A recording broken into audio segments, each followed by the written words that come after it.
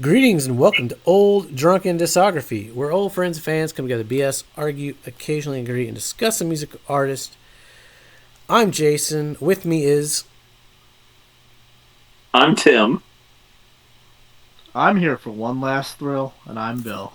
And that's Bill. And we're talking Everything Sucks. We're talking 1996, The Descendents. The album Everything Sucks, not the fact that the year 1996, Which, I everything mean, sucked. it was relevant. It was fucking relevant. Yeah. Any album that I mean, starts we've with. got a 9-year gap between this and the last album. Mm-hmm. Um, so, I don't know. Did they break up? Is this like a big reunion album? Or did they just, kind of backburner it and we'll get to it when we'll get to it? So after all, Milo was kind of done. He quit. He went off and did science shit, and the rest of the band started all, and they went through multiple singers, Sure. and Milo came back and wanted to do some Descendants, so they were dual banding at this point. They had Okay. because I don't remember what year Mass Nerder came out, but there's an all album called Mass Nerder, which Well, I know the song is on an album that's a little later. yeah, they have a song called Mass Nerder too, but that album, that's probably my favorite all album. Is the world's on heroin is so fucking Oh, okay. good. I got you. Okay. But so Milo came back and they recorded it, and the singer was cool with it. Like, they were all cool, and they put out this record on Epitaph. They saw by this point in their career, their legacy had out. They didn't get the credit they were due in the '80s, and Sure, now but they are a legacy band at this point. Like right, everybody knows who the Descendants are if you're into punk rock. yeah, and that's why when they the Offspring was already out, Green Day, all that shit. They're Yep. signed to Epitaph Records, which is owned. Nirvana's come and gone, changes the musical landscape. Yeah, I mean we're a year away from the Foo Fighters is out by this point. Yeah. Um, but they put this out on Epitaph, which is owned by Bad Religions, Brett, Yeah. whatever, Garkowitz. Gurwitz. Garkowitz. Yeah, I can't ever say that shit. But and it is a huge jump in sound quality from the last record. So who wants to go first talking about Everything Sucks? Well, I can absolutely go first. 15 songs, 30 minutes. Can't argue with those numbers. Yeah, everything you just said. So now they're signed to the biggest punk rock label on the planet at this point as a legacy act, coming back with their big reunion album. And you know what? Loved it.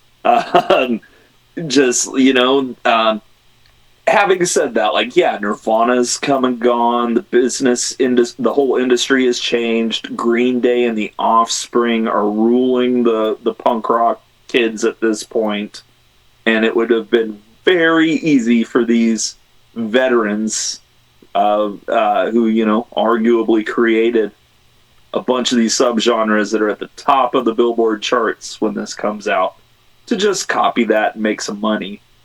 But instead, they didn't. They actually came out with a hardcore record that sounds like the Descendents. And going back to what we said in the last video, where if it doesn't matter what you do or what you try, you still sound like yourself, then there's an authenticity there, and it continues to shine through on this album. I mean, right off the bat, Everything Sucks. What a great song. And then in the research, it looks like I'm the One is one of their hits. That's one of the songs that's on the greatest hits. So right off the bat, just bam, bam, bam. Um, Again, I'm gonna like the second half of this one. These albums just continuously just get better and better as we go. Um, One some quick note. highlights for me off this album were "Caught." Doghouse and Hateful Notebook. Yeah, one quick note. Doghouse is the only song where the original lineup helped write and play on Doghouse. Sure. And you can hear Sure. that. You can hear. Well, it looks like Tony maybe helped with Eunuch Boy a little bit as well. Yeah, that's another one that's kind of old yeah, school. but yeah, it's 19 seconds. We can skip that one, even though it's a great. Yeah, man, I really liked like Hateful Notebook, for example.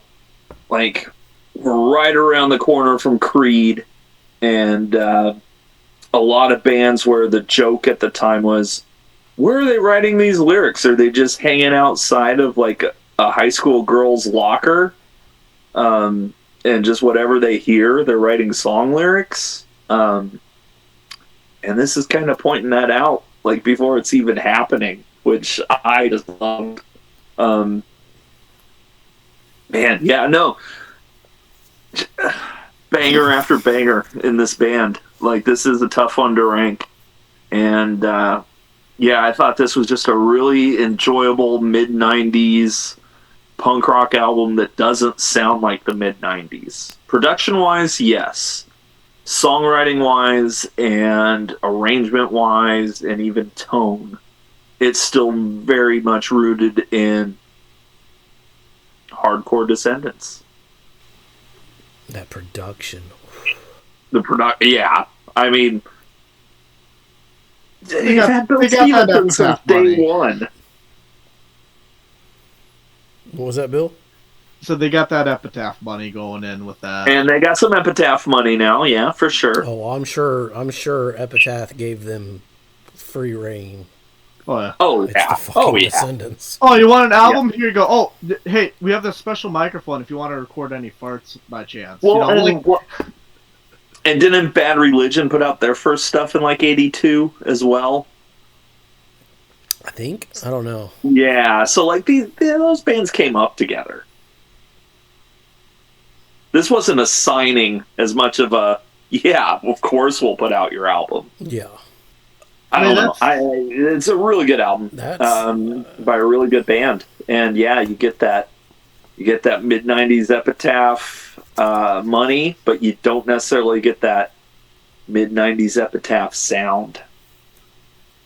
Which, that's almost the best of both worlds when you really think about it. Yeah. Yeah. It really is. I mean, because Descendants, I mean, I'll just kind of follow up, Tim, with everything you said there. It's still the Descendants, but it's so much cleaner. This is, how do I want to say this? It's still punk, don't get me wrong, but like, it sounds like a good rock album that then got punk in it as well. But it was a unique punk that got shoved into it as well.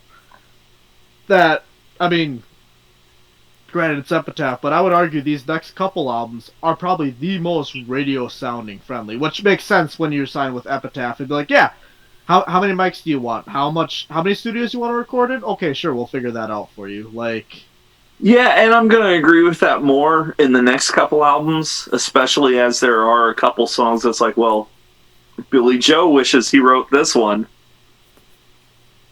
Yeah. Yeah. I mean, if this would have been on MCA or any other record label at the time, sure, they would have been fucking huge. I mean, this is my gateway into the Descendants, and it's fucking one of the best pop punk records ever fucking written. This trumps any Blink-182 record. I don't give a shit. Enema of the State ain't got fuck all on Everything Sucks.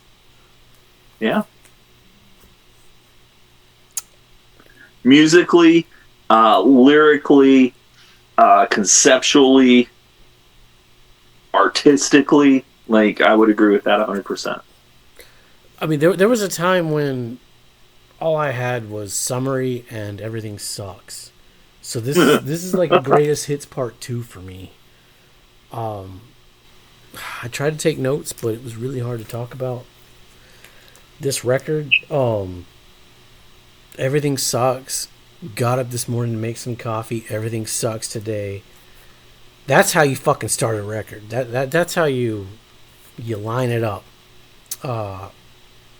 Probably in my top 10 opening tracks on any album. I'm the One. Milo got friend zoned. The production is top notch. This is Descendents Blasting Room fucking coffee mug. It just reminds me of The Legend of Zelda Majora's Mask, because I found this record in like 98, 99, and I just remember playing that game and listening to this record. Rotting Out, top notch. Fucking the melodies, classic lyrics, the tight musicianship. It's fucking perfect. Sick of Me, that bridge towards the end. Fucking, I got them ACs. Caught, drug dealer gets 50 years time while the millionaire murderer just pays a fine. Gives the kids something to think about there, eh? I love it. I can't say a bad thing about this fucking record. When I get old, this one always gets in the back of my head the older I get. You know, when I still try to kiss my girlfriend, try to grab her ass. Will I still hate the cops who have no class? Will I sit around and talk about the old days? Always pops in my head when I'm talking to Ed or, you know, anybody that we don't hang out all the time. We just sit around and talk about how great it was before. And it's like, fuck, when I get old. See, and this is the trapping of nostalgia that you have to avoid. Yeah, it's super easy when you see old friends to just talk about the old days. But at some point, you got to be like, no, we're here now. Yep. Let's make new memories. And that's 100% what he fucking... That's what's weird about the Descendents, because I didn't know about him, and I'm a generation behind their age. And when I found the band, it was like they were still speaking to me. Like they were still writing songs I could relate to. And even as they go older and they're talking about no fat burgers or eating healthy or, you know, getting old, I can still relate to it because I'm a generation behind. So, I don't know. Doghouse, it's got the original lineup on it. It's fucking great. She Loves Me. It's visceral. It's real. It's sad. Milo's vocals sell it. You feel it. The dude is the king of fucking pop-punk relationship songs, hands down. Hateful Notebook, the guitar work. You mean on he's it. better than Gavin Rossdale? Yeah, I mean, he didn't write Glycerine, I guess, but... Glycerine! I got a machine head, baby. It's bigger than the rest. 'Cause I'm an alien. In my top 5 favorite love songs of all fucking time, they're going to take that spot again on another upcoming record, but the whole band was firing on all fucking cylinders here. It's so tight, the production is perfect, the track list flows, the content of the lyrics. Unit Boy, it's 19 seconds. Every album ever recorded needs a Unit Boy on it. This Place always reminds me of Daphne, Alabama. I Won't Let Me, great wordplay, interesting perspective of an old tired cliche. They really nailed the backing vocals. That's one thing that kind of separates this from the older records is the backing vocals get a lot better. They're utilized more. Thank You is paying homage to all the bands they grew up listening to, but for me, this song is for me to the Descendents. It's an amazing closing track. Grand Theme, my favorite instrumental by the Descendents. The B-sides, God is fucking great. Lucky's a top song contender. I mean, the whole fuck... As much as I love Blink-182, there's not a single Blink record that touches Everything Sucks. When I think of the perfect pop-punk record, this one would be on the list. This whole album, along with Milo, it's fucking... Go ahead, Bill. What you got? This album sucks. Everything sucks. Everything sucks. I've already alluded to it a little bit after Tim here. It's... Oh, okay. At least I think I did. Were you I think you did. Okay. Yeah. I mean, I could talk more. Absolutely. I mean, this. I could talk about this record all fucking So, night. again, like this was like their full radio friendly Epitaph money. Like they are going through with this. Everything sucks. Again, like Jason said, phenomenal starter. Um, the only, and I mean only negative I would say about this album is because all the songs are of the same quality. There isn't a song that necessarily stands out as you're listening to all of them in a row, which is not a bad thing. However, in my mind, that is one of the most negative things about it, which should say something in and of itself. That's Yeah, I mean that could be your ear fatigue. It could be. It could be, just discography fatigue. It happens, and I started feeling it. Even though I was enjoying these albums, I felt the fatigue a little bit, like in the next couple albums. Which as I mean, a fan who like owns these records and like listens to all these records. I'm gonna have that same problem on a later record. Sure. And this is where And nostalgia kicks in because I don't have that with this record because I lived this fucking record. So I don't. sure. But I can see your point. There is a production flatness across which it. again, Yeah. it is in my mind a negative. However, that negative is minimal. I'll say this. I mean, we alluded to, oh god, what was it? Def Leppard Slang or no. God, what was the album? No, it was one of the No Doubt albums. Was it Saturn? The Hidden Track. Yeah, that was Saturn. Oh, right. Yeah. Grand theme in this album. This is how you do a hidden track. I'll say this because I didn't realize it until listening through that hey, Bowling for Soup took that hidden theme for their song Getting Old Sucks and basically made a song out of it. So they made a song Getting Old Sucks after a song that was a hidden track on an album Everything Sucks. And you know what? That's all I thought about listening to the song, which was not a bad thing actually. It was a memorable thing. Say the other ones, Lucky Gotta and Shattered Milo, actually Jason, you recommended I listen to them, and actually I gave all those a listen, and Lucky, as you alluded to, definitely top song contender. There's One of Bill's actually best. there's a couple top song contenders on this one. Yeah. I'm not going to talk too much about those because I feel like a couple of us have them listed, so I don't want to. I'm gonna tell you now. When I covered this record for my top songs, it just says any. So, which is a couple of their records, honestly. So but this album was one I honestly I enjoyed all of these. The second listen through, the first listen through of these albums, I struggle with. This album though, the first listen through, this was the first. Okay, I enjoyed this album the first listen through I had of it. When you put in a record and some dude just says, "Got up this morning to make some coffee. Everything sucks today," it's gonna pique your interest. Like everyone's woke up before and be like, "Yeah, today fucking sucks." Like it's relatable. What are we doing next? You did one thing wrong. You woke up. But no, that's... Taxman came and took my money. Now all my bills are gonna be late. It's so good.